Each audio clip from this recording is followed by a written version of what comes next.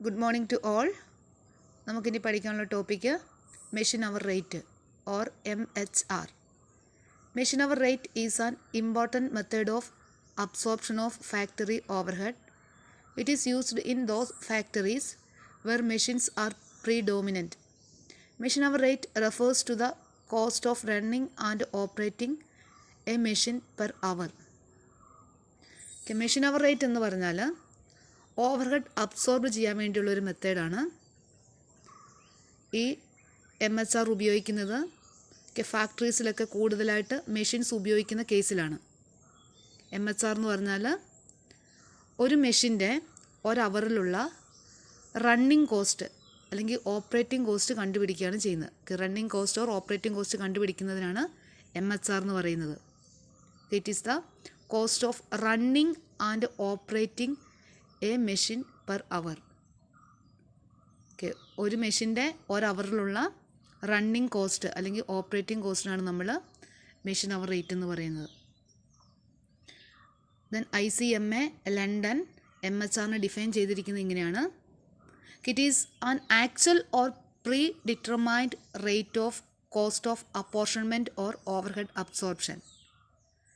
MHR എന്ന് പറഞ്ഞാൽ overhead absorb ചെയ്യാൻ വേണ്ടി അല്ലെങ്കിൽ അപ്പോർഷൻ നടത്താൻ വേണ്ടിയുള്ള ഒരു റേറ്റാണ്.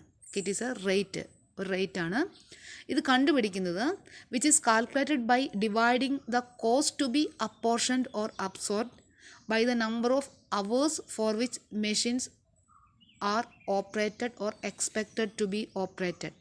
ഇത് കണ്ടുപിടിക്കുന്നത് ഈ അബ്സോർബ് ചെയ്യാൻ വേണ്ടിയുള്ള അല്ലെങ്കിൽ അപ്പോർഷൻ ചെയ്യാൻ വേണ്ടിയുള്ള ഓവർഹെഡ്സ്, ആ ഓവർഹെഡ്സിൻ്റെ കോസ്റ്റ്, ആ cost divided by number of hours, number of hours for which machines are operated എന്ന് വെച്ചാൽ ഈ MHR എന്ന് പറഞ്ഞാൽ മെഷീൻ അവർ റേറ്റ് എന്ന് പറഞ്ഞാൽ അബ്സോർപ്ഷന് വേണ്ടി അല്ലെങ്കിൽ അപ്പോർഷൻ നടത്താൻ വേണ്ടിയുള്ള ഒരു റേറ്റാണ്.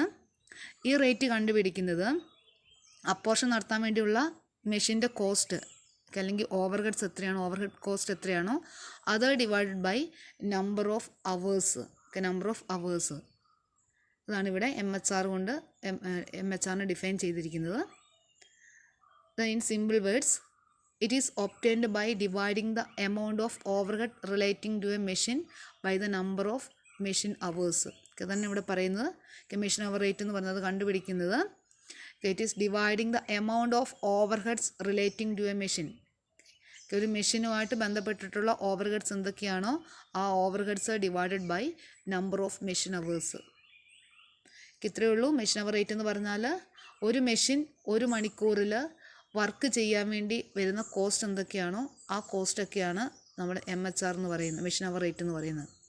ഒരു അവറിൽ ഒരു മെഷീൻ ഓപ്പറേറ്റ് ചെയ്യുന്നതിനുള്ള കോസ്റ്റ്, അത് running cost and operating cost എന്ന് പറയുന്നു. ആ കോസ്റ്റ് ആണ് നമ്മൾ MHR എന്ന് പറയുന്നത്.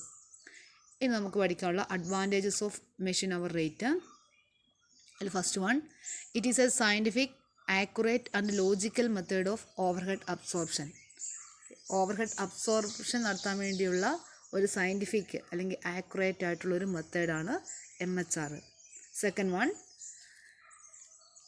The relative efficiencies of various machines can be found out easily.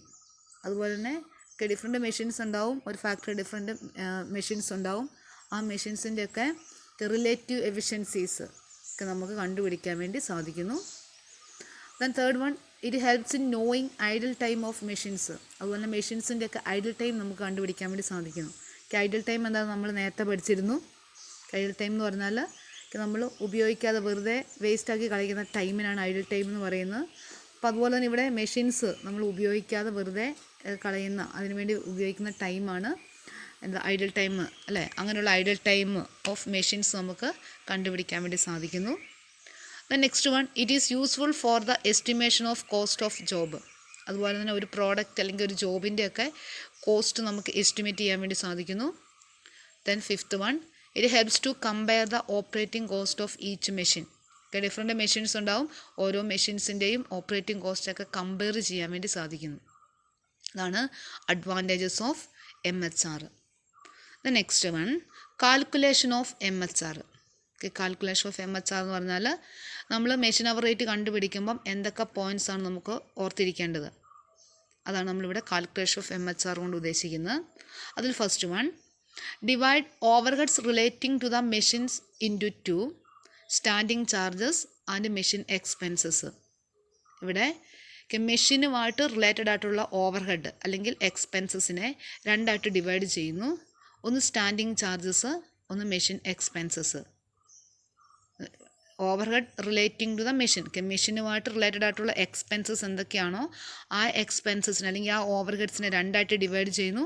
ഒന്ന് സ്റ്റാൻഡിങ് ചാർജസ്, രണ്ടാമത്തെ മെഷീൻ എക്സ്പെൻസസ്. സ്റ്റാൻഡിങ് ചാർജസ് എന്ന് പറഞ്ഞാൽ ഫിക്സഡ് ഓവർഹെഡ്സ് ആണ്. മെഷീൻ എക്സ്പെൻസസ് എന്ന് പറഞ്ഞാൽ വേരിയബിൾ ഓവർഹെഡ്സ് ആണ്.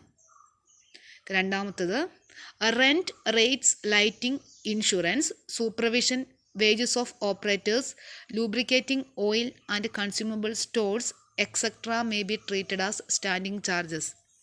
അതുപോലെ തന്നെ റെൻറ്റ്, റേറ്റ്സ്, ലൈറ്റിംഗ് ഇങ്ങനെ ഈ പറയുന്ന ഐറ്റംസ് ഒക്കെ നമ്മൾ സ്റ്റാൻഡിങ് ചാർജസ് ആയിട്ടാണ് ട്രീറ്റ് ചെയ്യുന്നത്. എന്ന് വെച്ചാൽ ഫിക്സഡ് ഓവർഹെഡ്സ് ആയിട്ടാണ് ട്രീറ്റ് ചെയ്യുന്നത്.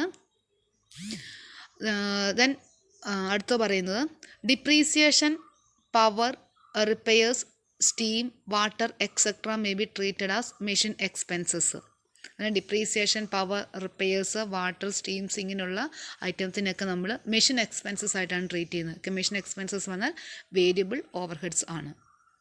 Then fourth one, estimate the total standing charges for the machine for a period and divide this total by the working hours of the machine for that period. This gives the standing charges per machine അവർ. നമ്മൾ അടുത്തത് ചെയ്യേണ്ടത് നമ്മൾ total standing charges for the machine കണ്ടുപിടിക്കണം. നമ്മൾ first enter ചെയ്യേണ്ടത്, നമ്മൾ problem ചെയ്യാൻ നേരത്ത് ഫസ്റ്റ് എൻ്റർ ചെയ്യേണ്ടത് സ്റ്റാൻഡിങ് ചാർജസ് ആണ്. നമ്മൾ സ്റ്റാൻഡിങ് ചാർജസ് കണ്ടുപിടിക്കുമ്പം ഒരു മെഷീൻ്റെ ഒരു പീരീഡിലെ സ്റ്റാൻഡിങ് ചാർജസ് കണ്ടുപിടിക്കണം. ഒരു മെഷീൻ്റെ ഒരു പീരീഡ് എന്ന് പറയുന്ന പീരീഡ് ഒന്നെങ്കിൽ ഒരു ദിവസമാകാം, ഒരു വീക്കാകാം, അല്ലെങ്കിൽ ഒരു മന്ത് ആകാം, ഒരു ഇയർ ആകാം. കാരണം ക്വസ്റ്റിനിൽ തരുന്നത് പോലെ ക്വസ്റ്റിനിൽ ഏത് പീരീഡാണോ തരുന്നത് അതിനനുസരിച്ച് നമ്മുടെ പീരീഡ് മാറും. അപ്പം ഒരു പീരീഡിലുള്ള ഒരു മെഷീൻ്റെ ടോട്ടൽ സ്റ്റാൻഡിങ് ചാർജസ് നമ്മൾ കണ്ടുപിടിക്കണം. അതിനുശേഷം നമ്മൾ ആ ടോട്ടലിനെ വർക്കിംഗ് അവേഴ്സ് കൊണ്ട്, എഫക്റ്റീവ് വർക്കിംഗ് അവേഴ്സ് കൊണ്ട് ഡിവൈഡ് ചെയ്യണം. എന്ന് വെച്ചാൽ ആ പീരീഡിൽ നമ്മൾ ഒരു ദിവസമാണെങ്കിൽ ആ ഒരു ദിവസം എത്ര വർക്കിംഗ് അവേഴ്സാണ് ഉള്ളതെന്ന് നോക്കുക. അതുപോലെ ഒരു മാസമാണെങ്കിൽ ഒരു മാസം എത്ര വർക്കിംഗ് അവേഴ്സാണ് ഉള്ളത്. അങ്ങനെ ആ ഒരു പീരീഡിലുള്ള വർക്കിംഗ് അവേഴ്സ് കൊണ്ട് ഈ ടോട്ടൽ സ്റ്റാൻഡിങ് ചാർജസിനെ ഡിവൈഡ് ചെയ്യുക. അങ്ങനെ ഡിവൈഡ് ചെയ്യുമ്പോൾ നമുക്ക് കിട്ടുന്നത് എന്താ? This gives the standing charges per machine hour. Standing charges per machine hour നമുക്ക് കിട്ടുന്നു. അതിനുശേഷം നമ്മൾ ചെയ്യേണ്ടത് fifth one, the machine expenses are to be estimated separately. These are divided by the normal working hours. It gives hourly rate for each machine. നമ്മൾ standing charges per machine കണ്ടുപിടിച്ചതിന് ശേഷം, per machine per hour കണ്ടുപിടിച്ചതിന് ശേഷം നമ്മൾ machine expenses ഓരോന്ന് എഴുതണം. Machine expenses എഴുതുമ്പം separate ആയിട്ട് എഴുതണം. ഓരോ മെഷീൻ എക്സ്പെൻസസിനെ നമ്മൾ സെപ്പറേറ്റ് ആയിട്ട് എഴുതിയിട്ട് ഓരോന്നിനെ നമ്മൾ നമ്പർ ഓഫ് വർക്കിംഗ് അവേഴ്സ് കൊണ്ട്, എഫക്റ്റീവ് വർക്കിംഗ് അവേഴ്സ് കൊണ്ട് ഡിവൈഡ് ചെയ്യണം. സ്റ്റാൻഡിങ് ചാർജസ് കണ്ടുപിടിക്കുമ്പോൾ സ്റ്റാൻഡിങ് ചാർജസ് മുഴുവൻ എഴുതുക. then അതിനെ ടോട്ടൽ ചെയ്യുക, മീൻസ് ടോട്ടൽ സ്റ്റാൻഡിങ് ചാർജസ് കണ്ടുപിടിക്കുക. അതിനുശേഷം നമ്മൾ എഫക്റ്റീവ് വർക്കിംഗ് അവേഴ്സ് കൊണ്ട് ഡിവൈഡ് ചെയ്യാവുള്ളൂ. പക്ഷേ നമ്മൾ മെഷീൻ എക്സ്പെൻസസ് കണ്ടുപിടിക്കുമ്പോൾ ഓരോ മെഷീൻ എക്സ്പെൻസസ് എഴുതിയതിന് ശേഷം ഓരോ മെഷീൻ എക്സ്പെൻസസിനെ നമ്മൾ എഫക്റ്റീവ് വർക്കിംഗ് അവേഴ്സ് കൊണ്ട് നമ്മൾ ഡിവൈഡ് ചെയ്യണം. ആ സമയത്ത് നമുക്ക് എന്താ കിട്ടുന്നത്? It gives hourly rate for each items. Hourly rate for each items കിട്ടും.